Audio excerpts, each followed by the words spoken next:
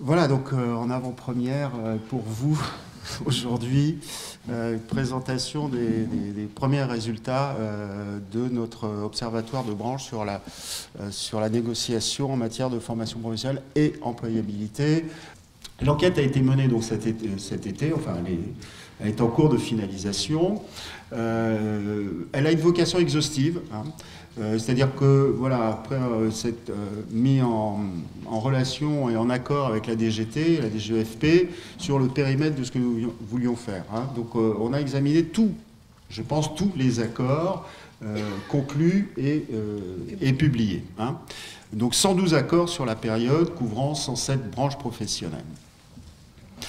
Donc l'accord d'identité des accords, rapidement, on voit bien sûr une prépondérance, et là il n'y a pas de surprise, une prépondérance des accords conclus dans le secteur des services, mais on voit surtout poindre une série d'accords dits interbranches. Donc une prépondérance des accords conclus dans le secteur des services, hein, ça c'est assez classique. Alors, repérage des organisations syndicales signataires, hein, pour savoir à quel sein se vouer, si j'ose dire. La plupart des accords ont été signés par la CFDT et la CGT arrive malheureusement, si j'ose dire, en queue de peloton des signataires. Mais on voit malgré tout la CGT, qui est quand même un syndicat assez, comment je vais dire, peu enclin à signer, qui signe quand même un tiers des accords. Voilà. Il n'y a pas trop de différence, si vous voulez, significative entre la propension à signer des accords sur la formation et la propension à signer des accords sur d'autres sujets, comme on le verra. On voit aussi que ce sont quand même des accords qui sont signés par un grand nombre d'organisations syndicales, puisque 3 accords sur 4 sont signés par au moins 3 organisations syndicales. Bon, on est sur un sujet que j'ose dire relativement pacifié, hein, où il y a une collaboration, hein, entre les organisations d'employeurs et les organisations syndicales, ce qui justifie ce score assez remarquable. Très peu d'accords, et ça c'est un premier constat assez dommageable, si j'ose dire, font un lien entre la formation et la GPEC. Alors maintenant, si on rentre dans l'analyse, c'est assez compliqué au niveau d'une branche professionnelle de faire un lien entre formation et GPEC, peut-être, hein. GPEC, on parle de GPEC territorial, on parle de GPEC de branche. Bon, à vrai dire, c'est surtout d'une utilisation pratique dans l'entreprise. Donc c'est plutôt au niveau des entreprises qu'on voit décliner la formation dans la GPEC. Au niveau de la branche, c'est un concept qui n'est pas encore parfaitement maîtrisé. Il y a encore moins d'accords qui établissent un lien entre formation et RSE. Alors, rentrons maintenant dans des sujets un peu plus topiques. Ce sont les contributions conventionnelles. Bon. On a dit que la contribution, enfin, il y avait un désengagement au niveau de la contribution légale. Quand on fait les comptes, on s'aperçoit que ce n'est pas aussi évident que cela. Mais ce qui est certain, c'est que les branches professionnelles ont la possibilité de créer des contributions conventionnelles. C'est pas n'importe quoi, hein, c'est quand même comme une cotisation sociale. Donc au niveau de la branche, possibilité de créer des contributions conventionnelles. Et à ce titre, on voit qu'une majorité de branches ont créé ou maintenu une contribution conventionnelle. Alors là, il faudrait rentrer dans le détail, parce que contribution conventionnelle avant la loi de 2014 n'avait pas tout à fait la même saveur ou la même consistance qu'après la loi de 2014. Hein. Donc ce qu'il faudra, c'est dans le temps observer s'il y a une pérennité de ces contributions conventionnelles. Hein. On est dans un temps où les partenaires sociaux ont établi une forme de statu quo. De toute façon, voilà, en France, il faut que tout bouge, mais que rien ne change. Bon. En revanche, on s'aperçoit que la contribution conventionnelle n'est pas affectée.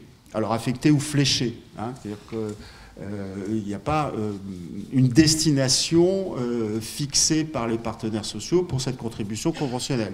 J'ai envie de dire, enfin je l'ai dit, c'est une contribution de sauvetage, hein, y compris pour certains OPCA que je ne citerai pas par pudeur. Voilà. Parmi les accords qui prévoient la contribution conventionnelle, on trouve une forte proportion dans le secteur des services. Et là, on voit les dispositifs de formation les plus présents dans les accords. C'est assez intéressant, Claire, parce que tous les dispositifs sont présents.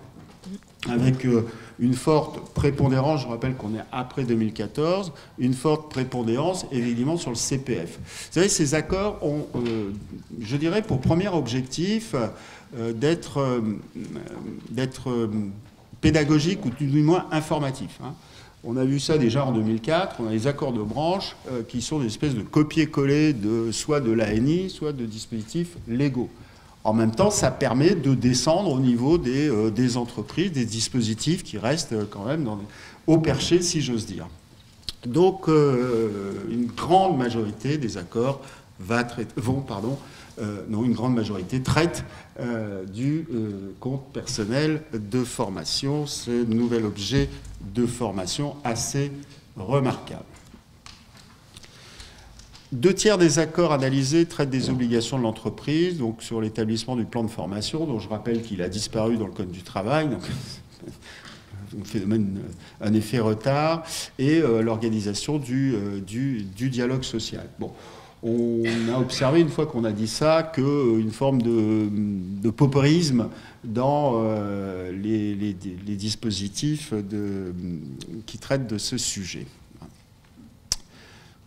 Voilà, c'est ce que je disais. Donc, on a une reprise d'un dispositif légal sur le plan avec un peu de retard, puisqu'encore une fois, le Code du travail a supprimé la notion de plan de formation au sens strict du terme, même si on retrouve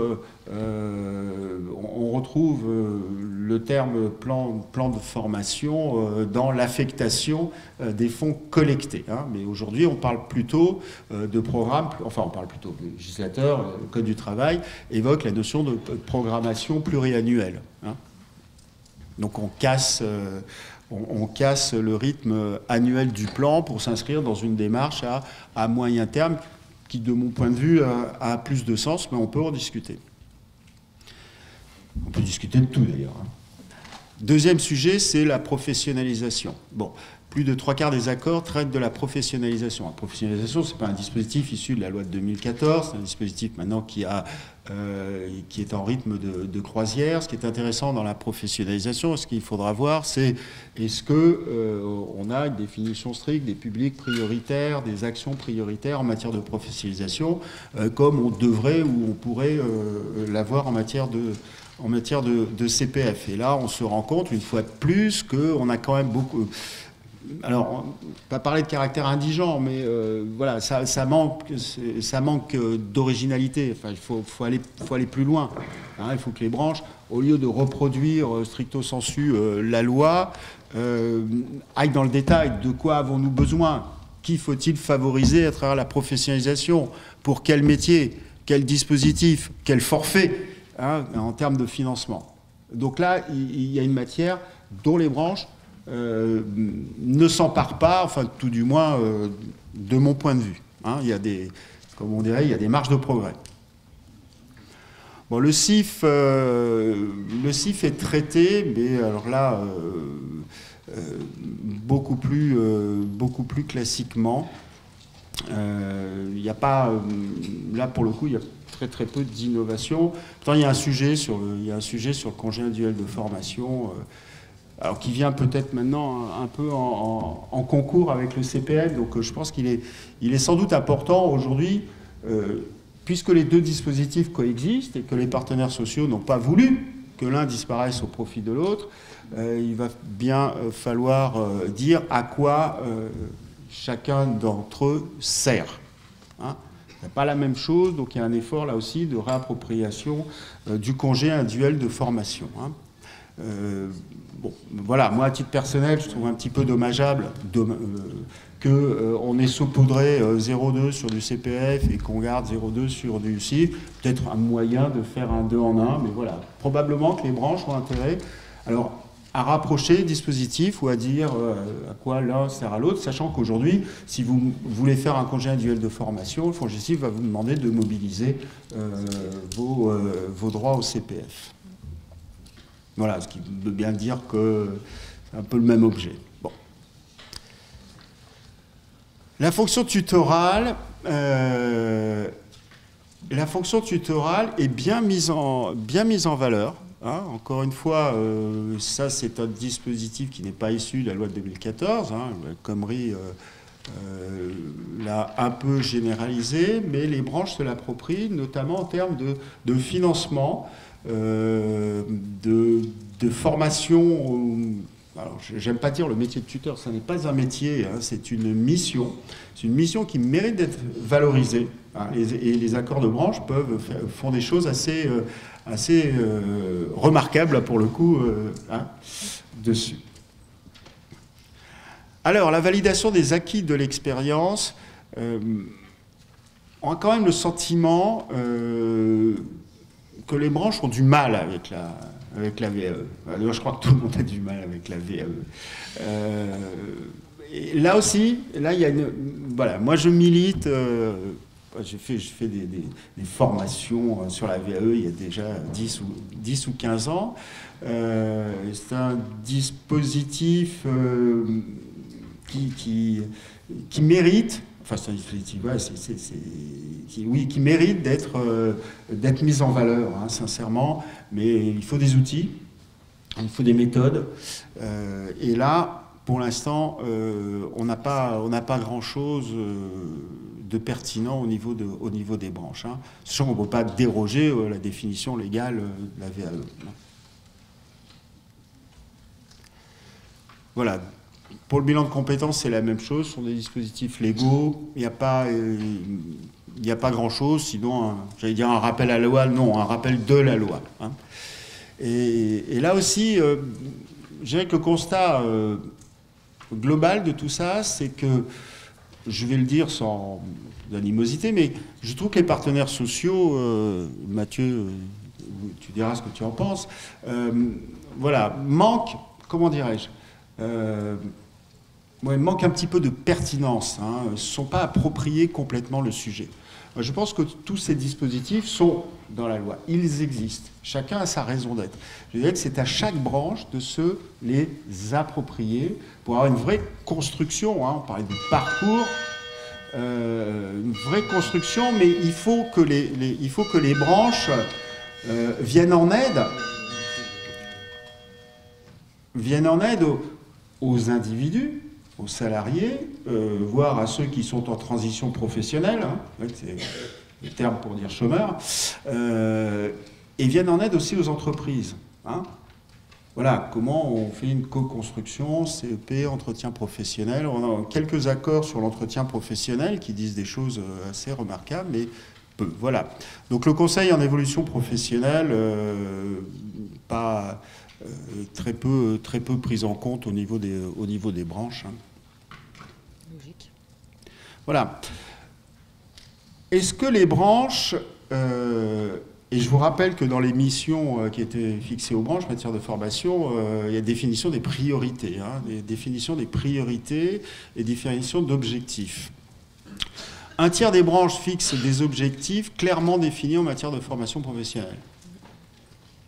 Et quand on dit un tiers, c'est qu'on a pris un spectre un petit peu large, hein, parce que sinon, véritablement, ce serait moins. Donc là aussi, je pense que les accords de branche devraient être plus fins dans les objectifs que l'on se fixe en matière d'employabilité, développement des compétences et détermination des compétences clés.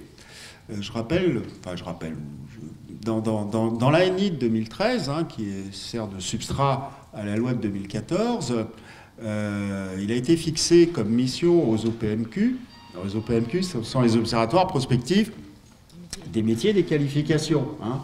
C'est les outils de GPEC de la branche.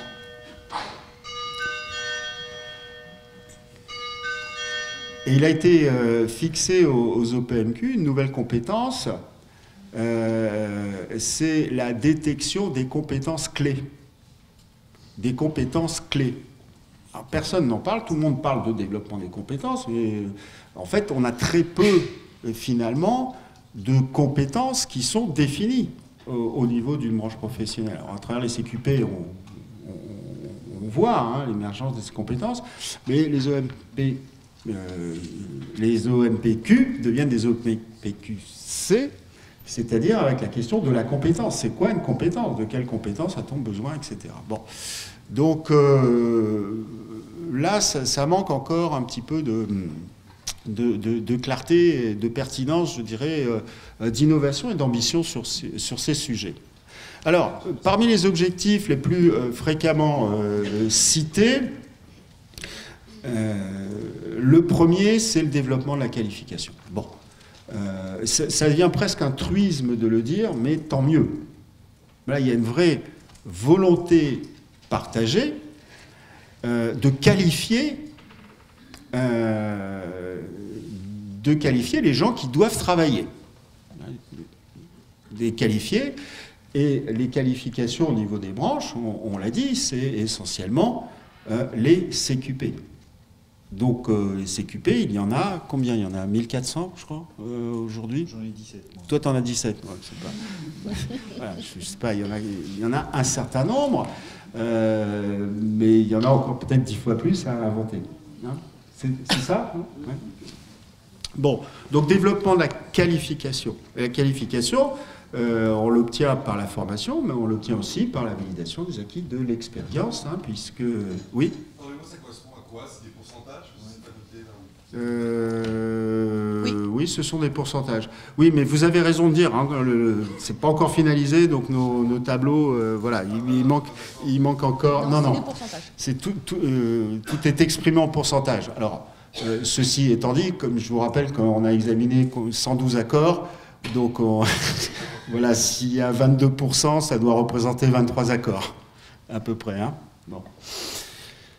Voilà, action en faveur d'une typologie d'entreprise. Là aussi, est-ce qu'il faut flécher les dispositifs, notamment vers les plus petites entreprises?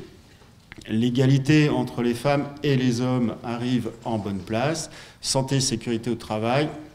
La lutte contre l'illettrisme commence à pénétrer, malheureusement, mais par la force des choses, les branches et les technologies de l'information et de la communication. Donc ce sont des objectifs. Hein. Alors après, si vous voulez, dans les accords, ça peut être une espèce de prière, hein, d'incantation. Sont rarement des objectifs quantifiés. Hein. Bon, les autres objectifs, vous les voyez. Hein, ça, voilà. Alors, un quart des branches soutiennent le développement de formations spécifiques. Hein.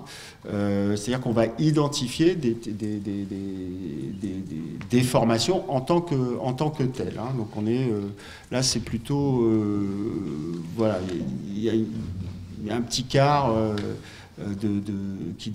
d'accords qui développent des formations spécifiques. Ce n'est pas complètement topique.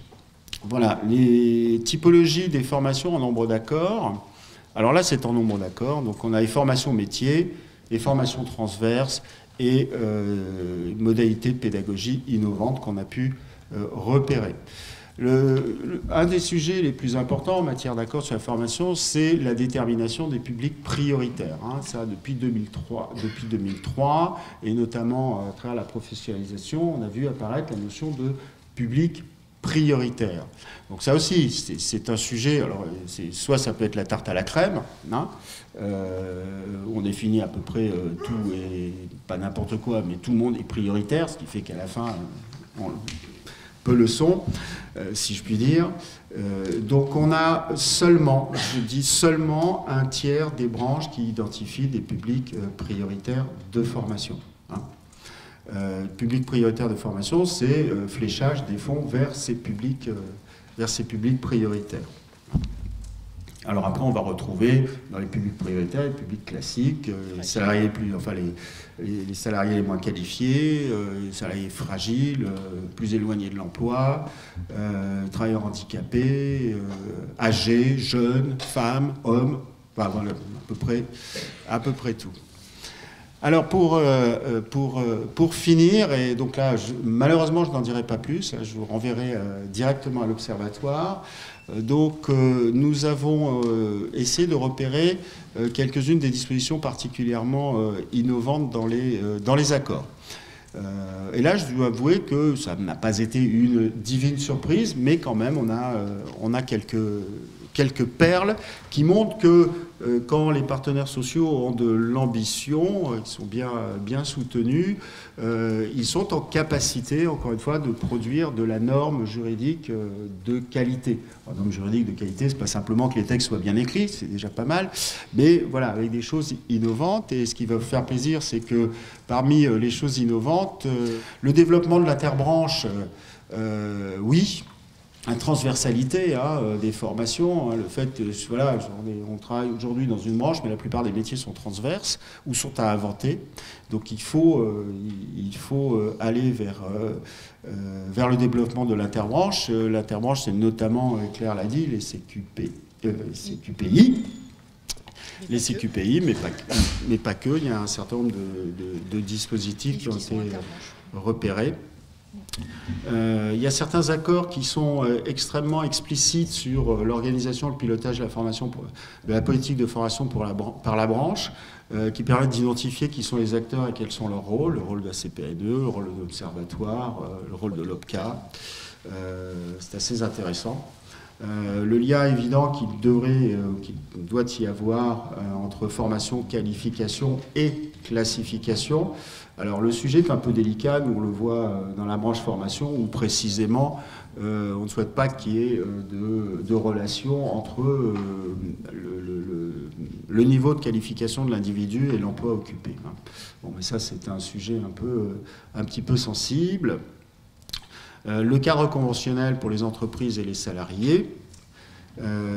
Et enfin, la notion de qualité. Alors la notion de qualité, voilà, on en a un peu parlé, elle arrive, hein, elle n'est pas encore tout à fait, enfin, elle n'est pas encore prise en compte au niveau des branches professionnelles pour définir, enfin, pour avoir une espèce de normes de qualité.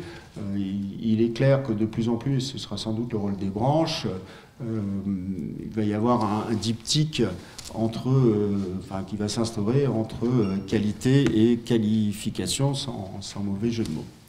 Voilà, donc j'ai respecté à peu près le temps. Une présentation voilà, qui vous donne envie peut-être d'aller un petit peu plus loin, hein, un peu rapide, sur ce que l'on a pu faire sur l'Observatoire des accords de branche.